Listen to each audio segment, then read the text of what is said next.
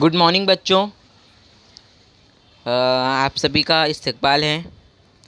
आज के इस वीडियो में हम एक बार फिर से हाजिर हैं 10वीं जमात का हिंदी ब्रिज कोर्स लेकर। हमने 15वें दिन तक ब्रिज कोर्स कंप्लीट कर लिया है।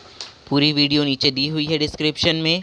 और अब 16वां दिन देखेंगे। क्षेत्रवाचन है, कौशल योग्यता है, स्वयं अभिव्यक्ति और संबोध है, संभाषण संवाद। अपेक्षित कौशल है वैश्विक समस्या को समझने हेतु संचार माध्यमों से प्राप्त जानकारी सुनकर उनका उपयोग करना। आओ पता करें ग्लोबल वार्मिंग क्या होता है, कारण, उपाय। तो आपको यूट्यूब पर जाकर सर्च करना है, लिखना है या बोलना है ग्लोबल वार्मिंग हिंदी निबंध। क्या बोलेंगे?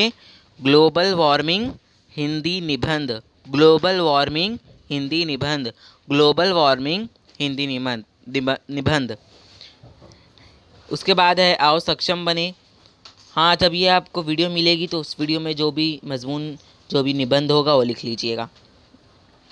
आओ सक्षम बने। परिवर्तन सृष्टि का नियम है। इस संदर्भ में अपना मत व्यक्त कीजिए।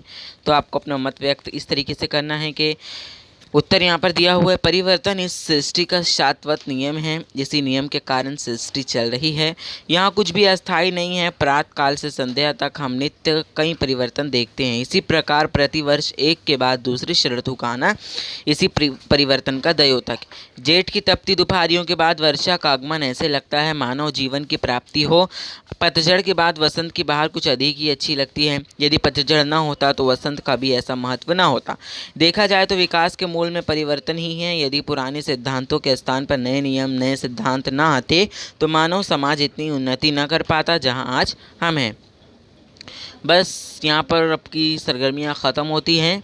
बस यही दोनों आपको करना था। बाकी जो आओ अभ्यास करे, आओ सृजन करे, ये सब आपको कुछ नहीं करना है ना। इसमें आपको कुछ नहीं करना है, समझे? फिर भी एक बार बता देता हूँ मैं।